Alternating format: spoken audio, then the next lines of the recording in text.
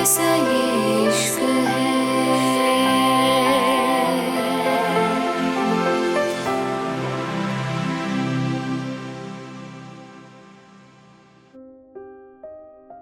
Sky island. Aron अपने कमरे में बैठा था। उसके हाथ में सिगरेट की थी जो कि आधी बूझ चुकी थी। आरोन की आंखें बिल्कुल लाल थीं। उसको बार बार सिर्फ कियारा नजर आ रही थी। कभी उसके बेड पे सोती हुई, कभी उससे बात करती हुई, कभी बालकनी में, कभी सोफे पे। आरोन के दिमाग में सिर्फ कियारा थी। आरोन ने ग्लास उठा के सामने दे मारा था। आरोन गुस्से से चीखा, क्यों परेशान कर रही हो तुम मुझे? क्यों परेशान कर रही हो? चली जाओ यहां से, मुझसे दूर चली जाओ। आरोन ने सामने देखा तो कियारा मुस्कुरा के उसकी गोद में बैठ गई थी। कियारा आरोन के होंठों को छूते हुए बोली तो आरोन ने जल्दी से उसकी कमर पकड़ के जैसे ही उसके होंठों को वापस छूना चाहा, अचानक ही कियारा गायब हो गई थी। आरोन ने फिर से अपना सर पीछे चेयर से लगा लिया था।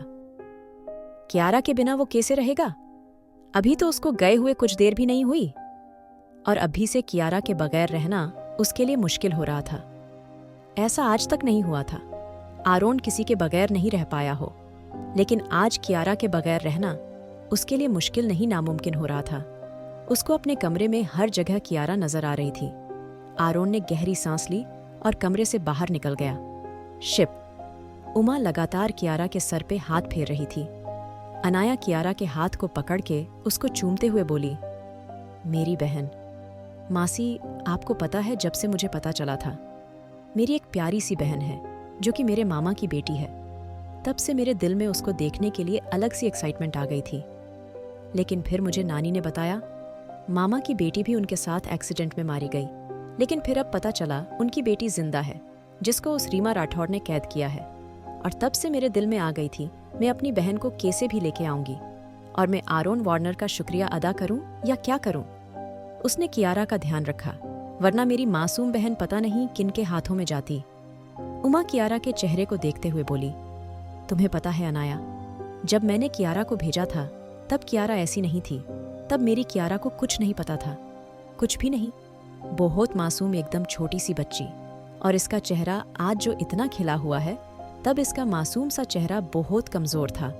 मेरी बच्ची बहुत कमजोर थी, लेकिन अब इसको देख के लग रहा है जैसे सच में मेरी बच्ची यहाँ बहुत खुश थी। उमा की बात पे अनय, जो कियारा के मासूम चेहरे में खोया था, धीरे से बोला, लेकिन आरोन वार्नर को हमारे साथ इतने लोग भेजने की क्या जरूरत थी? मेरा मतलब है, हम लोग कियारा को सही सलामत लेके जा रहे थे ना? अनाया ने अपने पीछे देखा, जहाँ 4 शिप और 4 बोट उनके शिप के पीछे थी। अनाया मुस्कुरा के बोली, अनय, इसमें इतना परेशान होने की बात नहीं। वो कियारा की सेफ्टी के लिए है, और तुम्हें क्या दिक्कत है इससे?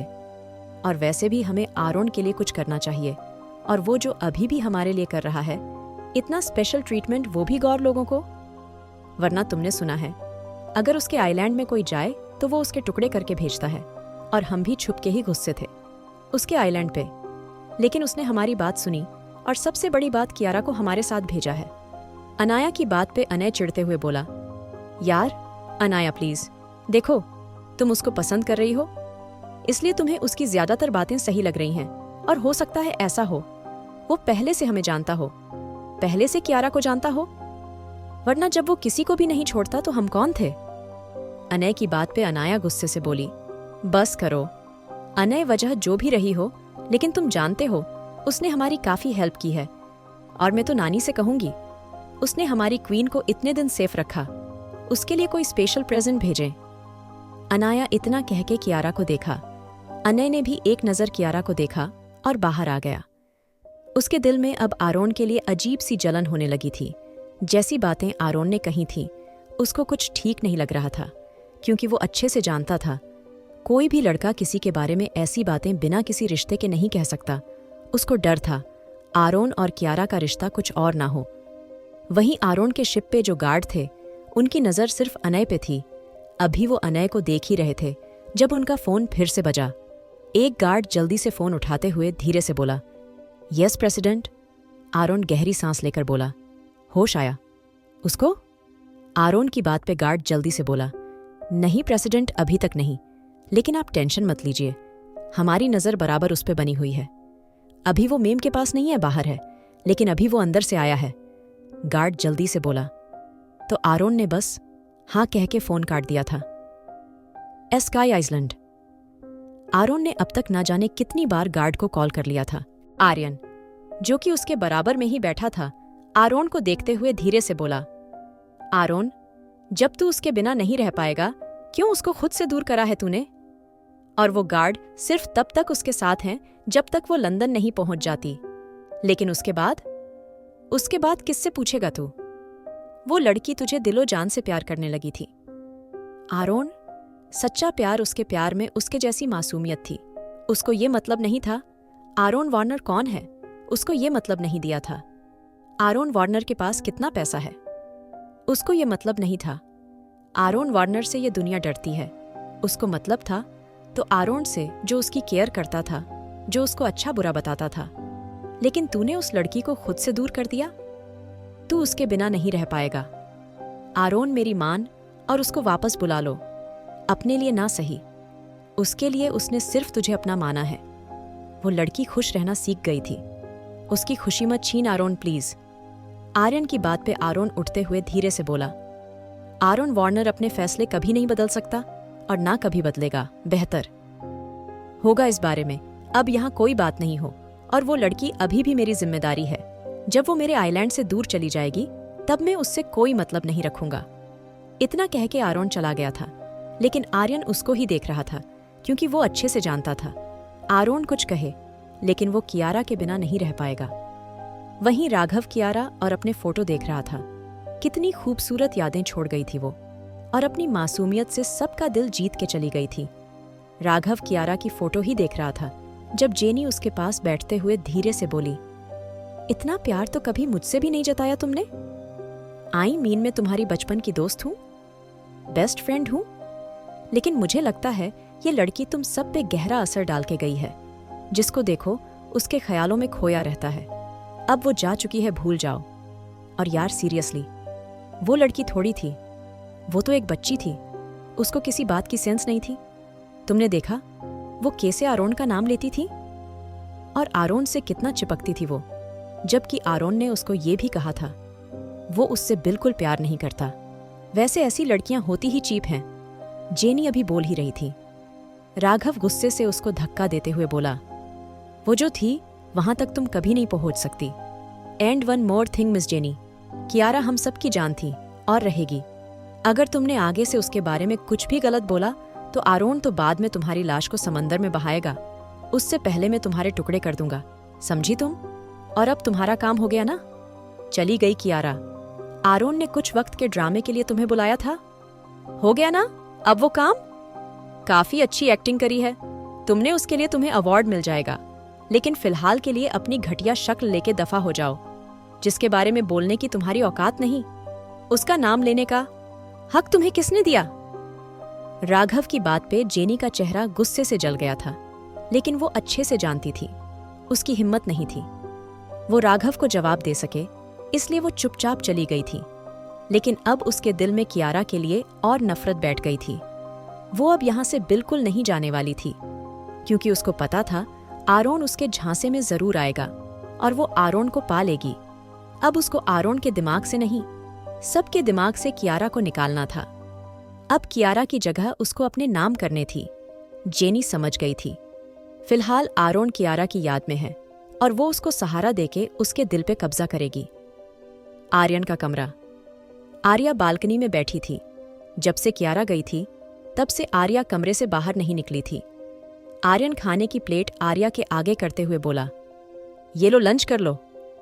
आर्या ने खाने को देखा और दूसरी तरफ देखते हुए बोली, मन नहीं, मेरा अपने बच्चे की फिक्र मत करो, उसको कुछ नहीं होगा। मेरे भूखे रहने से उसको कोई फर्क नहीं पड़ेगा। आर्यन आर्या का चेहरा अपनी तरफ करते हुए बोला, वो अब नहीं आएगी। कब तक भूखी रहोगी? मेरा मतलब है कब तक मेरे बच्चे को भूखा रखोगी? आर्या उठते हुए बोली, प्लीज आर्यन जाओ यहां से, मैंने कहा ना, मेरा मन नहीं है। अपने भाई को खिलाओ जिसने उस बेचारी को सबसे दूर कर दिया। मैं प्रेसिडेंट को कितना अच्छा समझती थी, लेकिन क्या करा उन्होंने? वो तो इंसाफ करते थे ना, क्यों नहीं करा इंसाफ? उस चुड़ैल को बुला के क्या करा उन्होंने?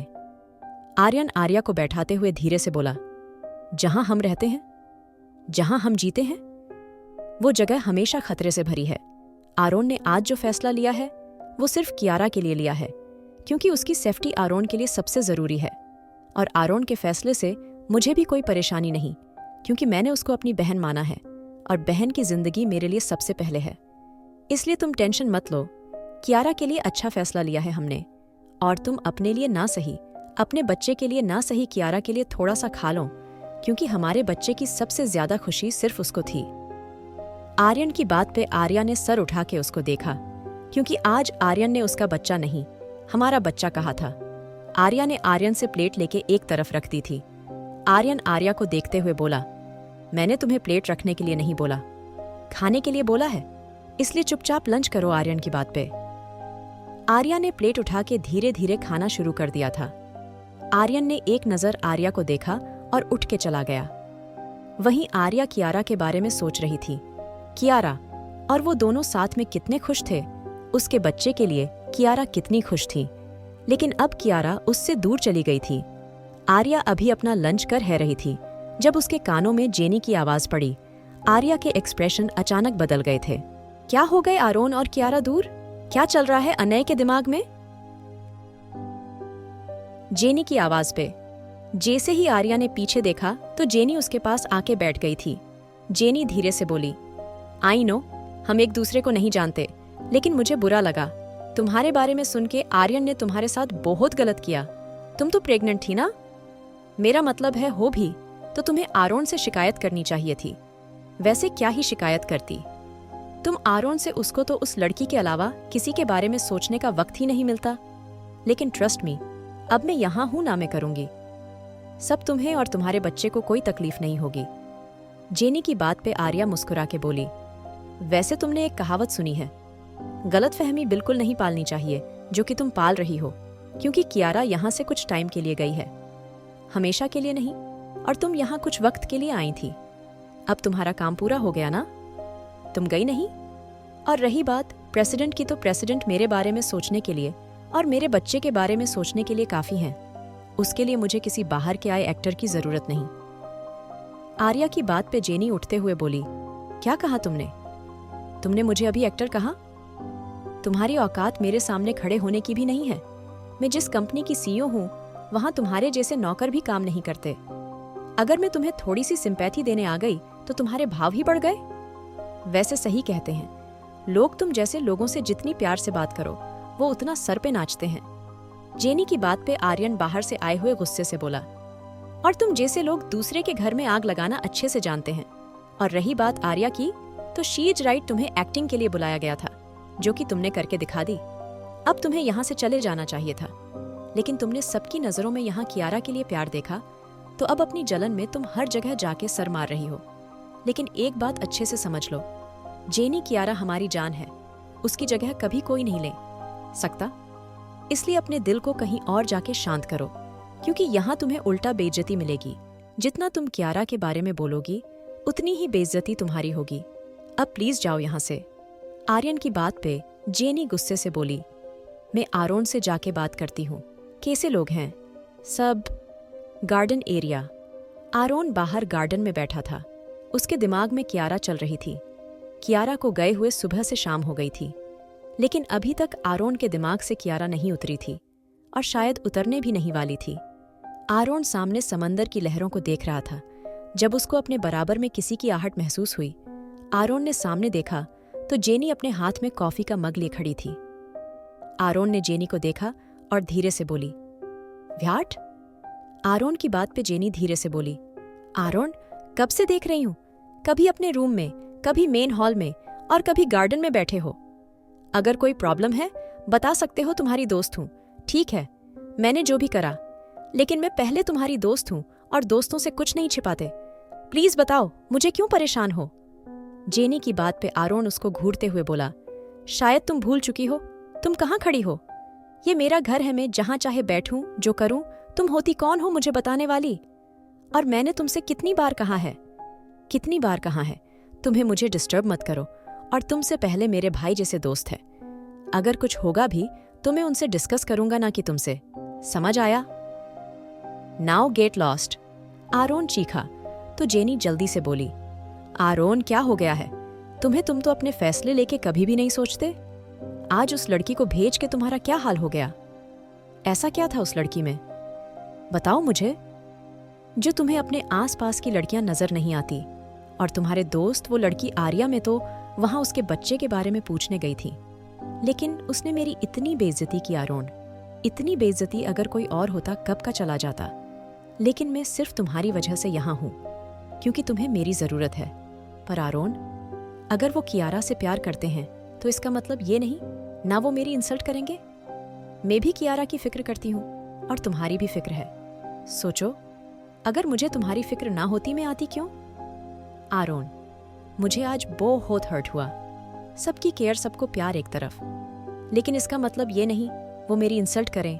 जेनी अपनी आंखों में आंसू लिए चली गई थी। आरोन का दिमाग जेनी की बातों पे ही घूम रहा था। सही तो कह रही थी, वो उसको क्यों इतनी फिक्र थी कियारा की? उसको तो अपने लिए फैसले पे कभी भी सोचना नहीं पड़ता, फिर आज क्यों? आरोन जितना सोचता उसके दिमाग में कियारा की यादें और गहरी हो जाती थीं। आरोन ने गहरी सांस लेके सामने देखा और अपनी गाड़ी उठा के सिटी की तरफ चला गया। लंदन। रात हो गई थी और राठौर मेंशन रोशनियों से नहाया हुआ था।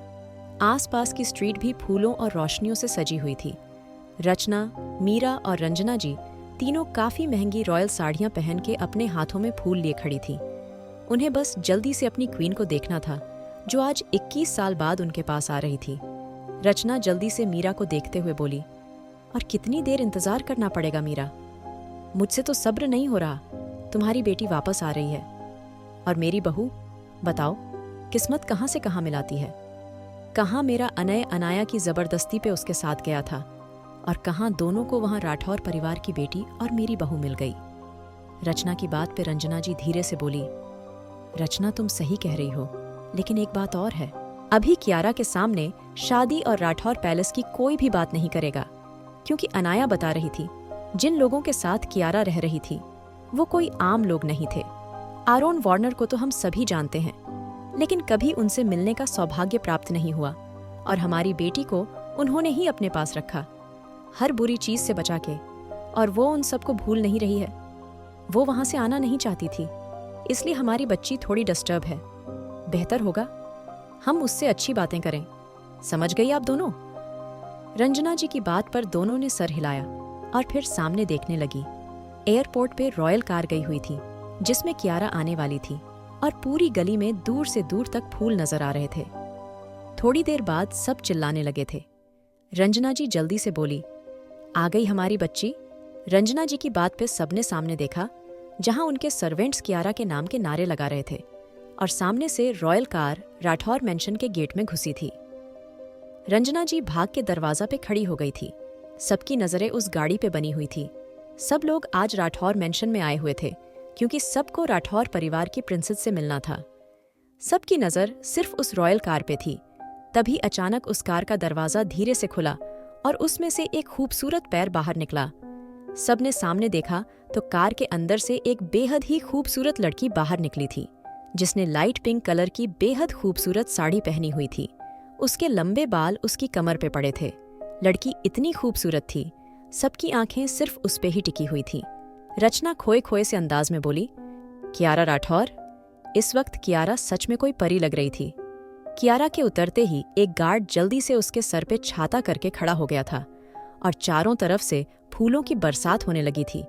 हर कोई कियारा के ऊपर फूल बरसा रहा था। उमा और अनाया भी दूसरी गाड़ी से निकल के कियारा के साथ आके खड़ी हो गई थी। अभी कियारा नॉर्मल लग रही थी, क्योंकि उमा ने काफी मेहनत से उसको समझाया था, वरना उसको जब से होश आया था उसने आरोन के नाम की जिद लगा रखी थी। लेकिन उमा ने काफी मेहनत से कियारा को समझा कि उसके कपड़े चेंज कराए थे, और उसको सिखाया था राठौर मेंशन में जाके कैसे उसको सबके सामने बिहेव करना है। सब लोग अपनी प्रिंसेस को देख के खुश थे। कियारा ने सबकी तरफ हाथ हिलाया और मुस्कुरा के पोज देने लगी थी, क्योंकि मीडिया वाले भर भर के उसकी फोटो ले रहे थे। सब कियारा की इस अदा पे पागल से हो गए थे, क्योंकि कियारा कहीं से ऐसी नहीं लग रही थी, उसको कोई समझ नहीं। वो काफी मैच्योर लग रही थी। कियारा ने फिर से सबको देखा और अपने कदम एंट्रेस की तरफ बढ़ा दिए। एंट्रेस में रंजना जी, मीरा और रचना खड़ी हुई थी। तीनों की आंखों में आंसू थे। रंजना जी ने तो अपना चेहरा भी ऊपर नहीं उठाया था, क्योंकि उनके अंदर हिम्मत नहीं थी अपनी इकलौती पोती से नजरें मिला सकें। क्या जवाब देंगी वो उसको? अगर उसने पूछ लिया, आखिर क्यों उसको कैद रखा गया? रंजना जी अभी भी सर झुकाए खड़ी थी जब कियारा धीरे से बोली, दादी। कियारा की सॉफ्ट सी आवाज पे रंजना जी ने अपनी भीगी पलकें उठाई तो कियारा धीरे से बोली, दादी, आप मेरी दादी हैं ना? मुझे मापी ने बताया। कियारा मासूमियत से बोली तो रंजना जी भाग के उसके पास आ गई थी। रंजना जी ने कियारा को पकड़ के अपने सीने से लगाया और जैसे कब के रुके आंसू उनकी आंखों से बह निकले। रंजना जी में अभी कुछ बोलने की हिम्मत नहीं थी, उनको बस अपनी कियारा के गले लगकर रोना था। रंजना कियारा के चेहरे को पागलों की तरह चूम रही थी और उनके आंसू भी लगातार बह रहे थे। अनाया धीरे से बोली, नानी, आप टेंशन मत लीजिए, अब कियारा यहीं रहेगी। आप संभालिए, खुद को देखिए। हम अपनी कियारा को लेके आ गए। आप प्लीज ऐसे रोइए मत। अनाया की बात पे रंजना जी धीरे से बोली, अनाया, ये खुशी के आंसू हैं। मेरी बच्ची को देखने के लिए मैंने क्या कुछ नहीं करा। मुझे लगा था ये बूढ़ी अब अपनी पोती को नहीं देख पाएगी, लेकिन आज अपनी कियारा को अपने सामने देख के मुझे सारी खुशियां मिल गईं। रंजना जी की बात पे कियारा ने उनके पीछे खड़ी मीरा और रचना को देखा। मीरा धीरे से आगे आके कियारा के गले में फूलों की माला डालते हुए बोली, वेलकम प्रिंसेस, अपने किंगडम में आपका स्वागत है। मीरा की बात पे रचना हैरानी से मीरा को देख रही थी। मीरा धीरे से बोली, बुआ हूं तुम्हारी। मीरा बुआ। मीरा की बात पे कियारा ने बस सर हिला दिया था। उसको अभी कुछ समझ नहीं आ रहा था।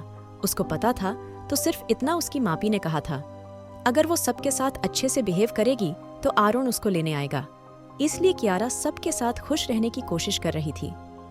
रचना कियारा के सामने आते हुए प्यार से बोली, राजकुमारी जी मैं अनय की माँ हूँ। रचना की बात पे कियारा ने अनाया को देखा तो अनाया कियारा के गले में हाथ डालते हुए बोली, अनय मेरा फ्रेंड याद है ना? ये उसकी मॉम है। अनाया की बात पे कियारा ने सर हिलाया तो रचना प्यार से बोली, तुम बिल्कुल फिक्र मत करना, यहाँ तुम्हारा सब अच्छे से ख्याल रखेंगे। रचना की बात पे कियारा ने सर हिला दिया था। वहीं रंजना जी धीरे से बोली, चलो आओ अपने घर चलते हैं, थक गई होगी तुम। रंजना जी कियारा का हाथ पकड़ के ले गई थी और बाकी सब भी उनके पीछे पीछे चले गए थे। क्या कियारा संभाल पाएगी अपना किंगडम? क्या आरोन भूल पाएगा कियारा को? जानने के लिए सुनिए the devil's seduction, innocence fall